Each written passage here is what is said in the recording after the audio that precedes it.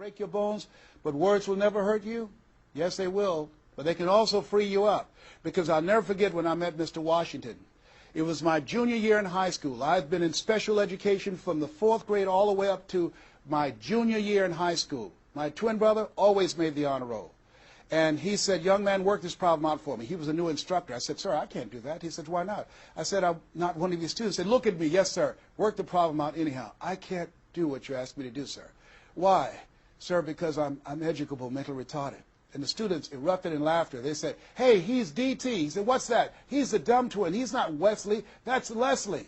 And he came from behind his desk and he said, don't ever say that again. Someone's opinion of you does not have to become your reality. That was a jarring statement. On one hand, I was humiliated, but on the other hand, I was liberated because he looked at me with the eyes of Goethe, who said, look at a man the way that he is, he only becomes worse. But look at him as if he were what he could be, then he becomes what he should be. And here's what I learned from that experience. I want you to visualize yourself already there. Whatever goal, whatever dream that you have, see the picture complete. See yourself there. Why? We have something at the base of our brains called the reticular activating system. See, you have genius within you, and to prove it, let me give you an example. The other night, I said, I've got to get up tomorrow morning at 7 o'clock. I was at a hotel. I called downstairs and told them to call me at 7 o'clock. The hotel neglected to do it, but I woke up at 7 o'clock on the nose. Have you ever done that before? How did you know when to get up? Hey, that subconscious mind. Everything we need, the answers are already there. Have you ever seen somebody and said, you know what, I remember your face, but I don't exactly know where. And then later on you say, hey, I know where I saw you, and it came. What happened? The conscious mind sent that thought to the subconscious mind, and it pulled that information up and gave it to you. Now, when you begin to hold the vision of what it is you want to achieve, you stimulate what is called the reticular activating system. It's a network like group of cells at the base of your brain. Let me share with you how it works. Have you ever purchased a car? No one goes to buy a car that has the same color that everyone else has. Has that ever happened to you before? But then once you buy the car and you drive it off the lot, you start seeing it everywhere. Say, hey, where did this come from? Let me tell you what happened. You made an investment. And because you made an investment, that piqued your awareness, that stimulated your reticular activating system. Another case in point. I was at a party with a friend of mine, and we were dancing, and music was blasting, and she said, wait a minute, my son is crying, he's at the door. I said, your son's not at the door, because even if he were, you wouldn't be able to hear him. And she stopped, went to the door, opened the door, and there her 4-year-old son was at the door. How did she hear it and I didn't hear it and the other people dancing? It wasn't our child. It was her child. Her reticular activating system picked up his whimpering sound. And I'm saying to you that you have that in you. When you focus on your goals and dreams and you visualize it complete, it will stimulate the reticular activating system and it will lead you there following all the other things that we suggested. Now, not only is it possible you can live your dream, it's necessary that you change relationships, that you get a coach, that you meet with other like-minded people that will hold you accountable, that you write your goals down, that you have 7 steps that you do every day on your goals to monitor to see where you are. But you've got to take full responsibility. If everything works out for you, fine. If you have the money, fine. If you can get the help and support of friends and family members and your spouse, great. But if you don't, all of those things are minor things. The major key to your reaching your goals is you. Nobody's going to work on your dream harder than you. Trust me on that one. You've got to take responsibility to make it happen. If it happens when you come out the gate, fine.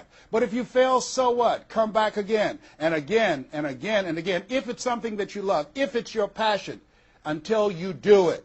George Bernard Shaw said, the people that make it in this life, they look around for the circumstances that they want, and if they can't find them, they create them.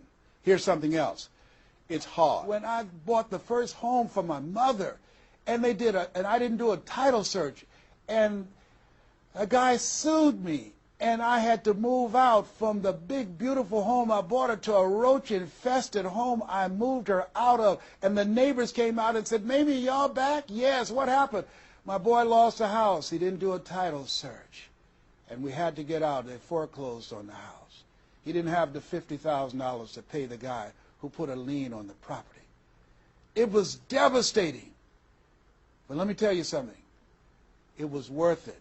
Because I came back. 90 days later, I got a bigger and better house. 90 days later, I stayed focused on the goal. And that's the thing that you want to do. Stay focused on your goal. Keep the main thing the main thing. You're going to have distractions. That's a part of the process.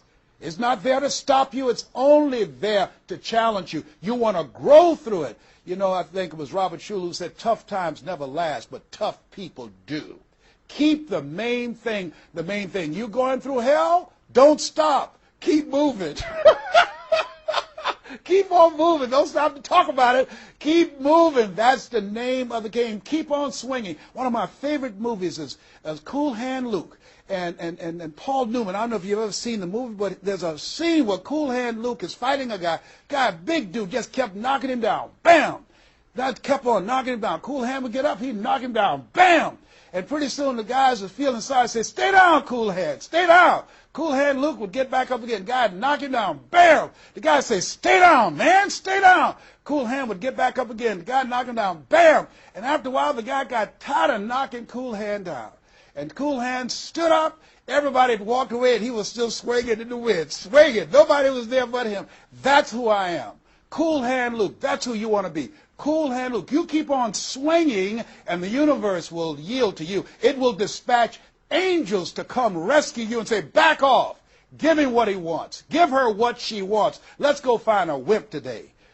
That's the way life is. It's hard, but it's worth it. What will make it worth it for you? Nietzsche said, if you know the why for living, you can endure almost anyhow. I want you to take the time and write down 12 reasons on why you won't fail.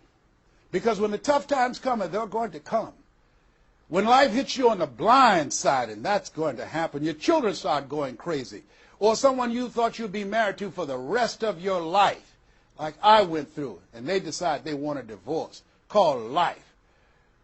What is it that can keep you going? Your reasons will be your rod and staff to comfort you, to take you through that process. I can tell you it's possible. You can live your dreams. It's necessary that you surround yourself with people you can learn from and grow from, that you write your goals down, you work on them every day, that you have a made-up mind, I'm going to make it. It's necessary that you constantly work on yourself, reading positive material, listening to positive material, going to seminars and workshops, investing in yourself, getting a coach. And it's you. You've got to take personal responsibility to make it happen. Don't see yourself as a victim. And it's hard. It's hard. Changing your life is hard. Getting up, working when you're in pain is hard. It's hard. It's hard. Working when you are trying to make something happen for you and the family, and you go home and you're facing a living hell where you need to refuel and replenish yourself mentally and emotionally and spiritually, and you got a battle in your home base. It's hard to keep your spirit up. It's hard. And people don't see the vision. They don't believe in you. They say, oh, you can count on me, and they're not there. They just lied. They're only there when they need you. It's hard. I can tell you, it's worth it. The sacrifice that you have to make, I can tell you from my experience, it's worth it. So take the time to write down, what are those 12 reasons of why you won't give up? What is it that will make it worth it for you? And once you find that, you will create some momentum in your life, and then it's done. It's done. Stick a fork in it. It's done. Here's something I want you to keep in mind. Life is a fight for territory. It's a fight for territory. And once you stop fighting for what you want, what you don't want will automatically take over. I want you to read that. I want you to memorize that. I want you to put it someplace where you can see it. I want you to keep that in mind. Life is a fight for territory. And once you stop fighting for what you want, what you don't want will automatically take over. Once you stop fighting for financial freedom, I am cancer-free, I'm debt-free, and I'm drama-free. I have the faith to call forth those things that be not as though they were. I'm fighting for my peace of mind. I'm fighting for my freedom. I'm fighting for my children's children's children. I'm fighting to create a brighter tomorrow. I'm fighting to make a difference in life. I'm fighting to make my print, to leave my mark. I refuse to die and unlive life. And that's what you are doing right now. You're saying to yourself, I refuse to die an unlived life. I want my life to count. I want my life to mean something. I want not to be a burden to anybody. I want to control my own future, to write my own check, to control my own destiny, to do what I want to do when I want to do it, not to answer to anyone else but myself. You have it like that. The only reason you're watching me is because we're cut from the same cloth. We're branches of the same tree. The only reason you take the time to invest in your time, your money, and your energy to just stay here and focus right now, because you feel me in your heart. Where your heart is, there your treasure is also. As a man thinketh in his heart, so is he. And I say to you, keep in mind what I said. Life is a fight for territory. And once you stop fighting for what you want, what you don't want will automatically take over. Jim Rohn said something I love. He said, when the end comes for you, let it find you conquering a new mountain, not sliding down an old one. No. Life is too short and unpredictable, as Helen Keller would say. Eat the dessert first. Don't let it find you sliding down the same mountain. I don't know what your goals are. I don't know what your dreams are. Here's what I know about you. You have greatness within you.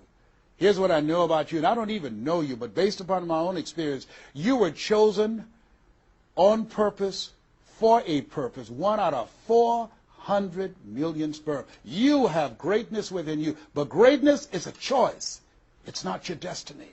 It's a choice that you have to make every day. Choose ye this day whom ye shall serve, the mediocre part of yourself or the greatness that you were chosen for. This has been Mrs. Mamie Brown's Baby Boy. I hope you've gotten some value out of this. It's been a plum-pleasing pleasure as well as a privilege. God bless you. God bless your dream. And God bless the greatness that is in you. The world needs you, and we need you now. And so it is. And so it is.